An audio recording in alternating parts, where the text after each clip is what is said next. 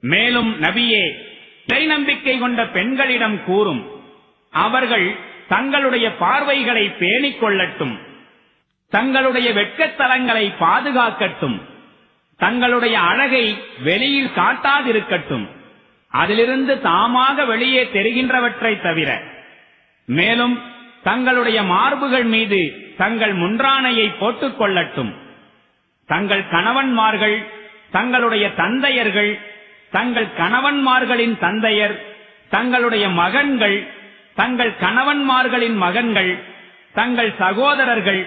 தங்கள் சகோதரர்களின் மகன்கள், சகோதரிகளின் மகன்கள், தங்களுடன் நெருங்கி பழகும் பெண்கள்,